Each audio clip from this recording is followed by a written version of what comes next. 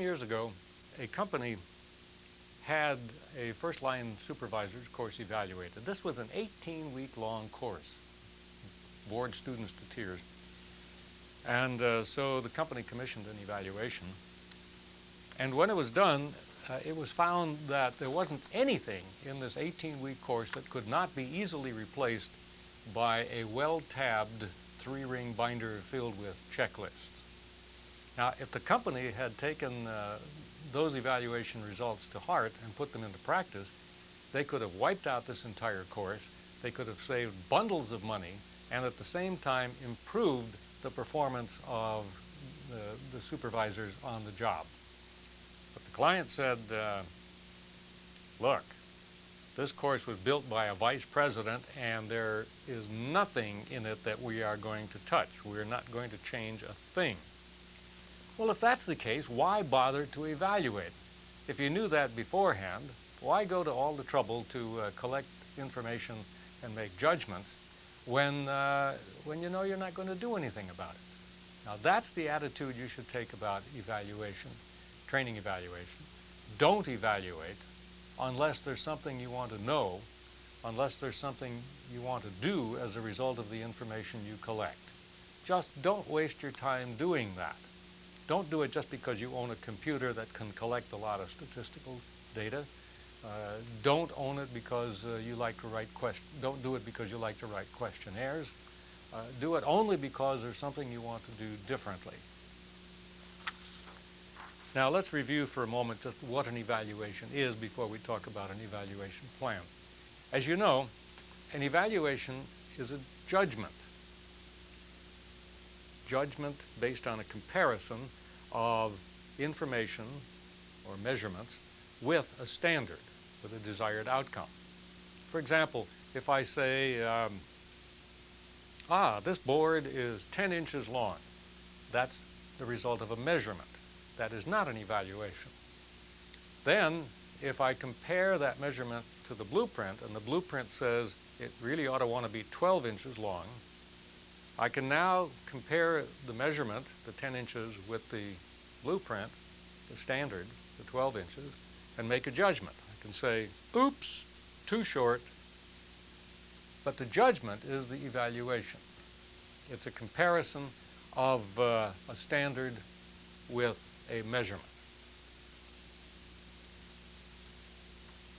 And it is the decision that you then make. That's the evaluation. Now, what's an evaluation plan? Well, as you know, a plan is the description of the actions that you intend to take to accomplish some desired outcome.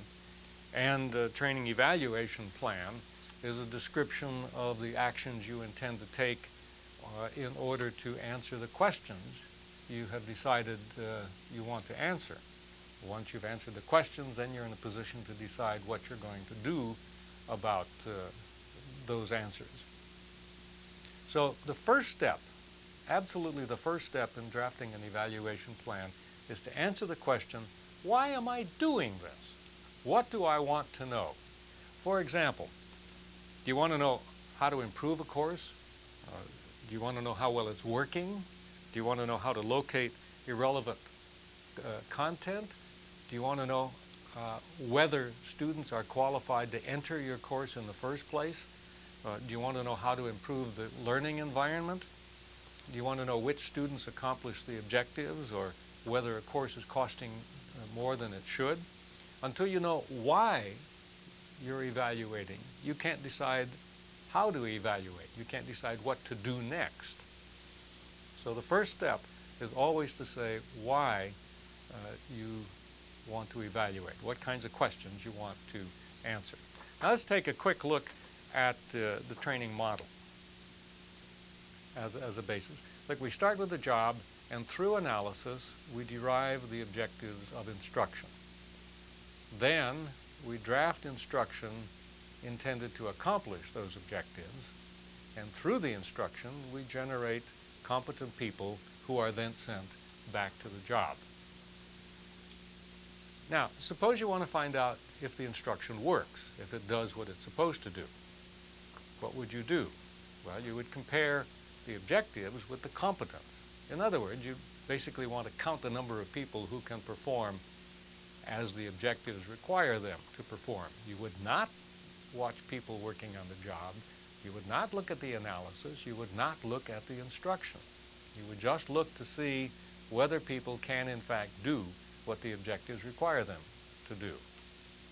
So on your evaluation plan, then, if you want to answer the question, does it work, you would write the question here, and then you'd say, well, I'm going to answer this with a skill check.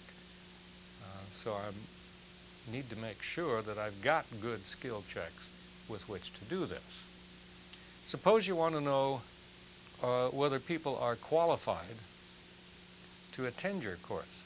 In other words, whether they have met the prerequisites. What would you then do? Well, a skill check would also be useful. You would look at the objectives that you're going to assume that they have accomplished before attending your course,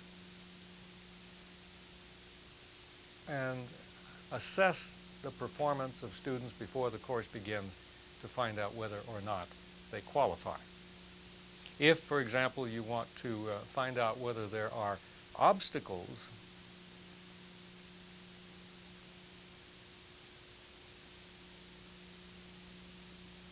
you might use a questionnaire at the end of the course, and you might also solicit information during the course.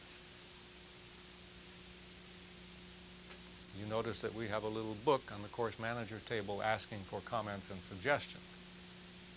So those are the kinds of things we might do to answer those questions.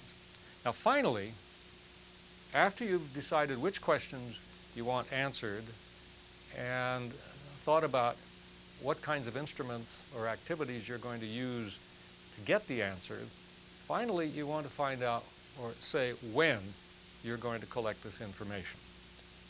Suppose we want to know whether the instruction works. We're going to use a skill check. When are we going to do that? We're going to do that during the course. As the competencies are achieved, we administer a skill check to find out then and there whether that's the case, whether the objective has been accomplished, so that we'll have time to make corrections if we need to make corrections. If we want to find out whether students are qualified to enter a course, we would administer the skill check before the course. And if we want to find out whether there are obstacles, the questionnaire might be offered at the end of the course. The information about obstacles might be solicited during the course. And so that's how you would prepare or draft your instructional evaluation plan. Say what it is you want to know, how you're going to find out, in other words, how you're going to answer those questions, and thirdly, when you're going to collect the information. Now, one word of caution. If you're drafting a training evaluation plan, make sure you don't confuse it with some other kind of evaluation plan. What I mean is that if you want to know whether people are performing as they're supposed to perform on the job, go ahead and answer that question, but don't confuse that with training evaluation, because that doesn't have anything to do with the evaluation of instruction. And if you don't know why that's true, go back to the performance analysis and ask yourself why people don't do what they know how to do, or go to the checklist on page 136 in this particular book to refresh your memory about why people don't do what they know how to do. Now, training evaluation isn't difficult if you keep your eye on the ball. Why am I doing this? What instruments will I use to answer the why, and when will I collect the information? So go draft an evaluation plan for the course that you're designing.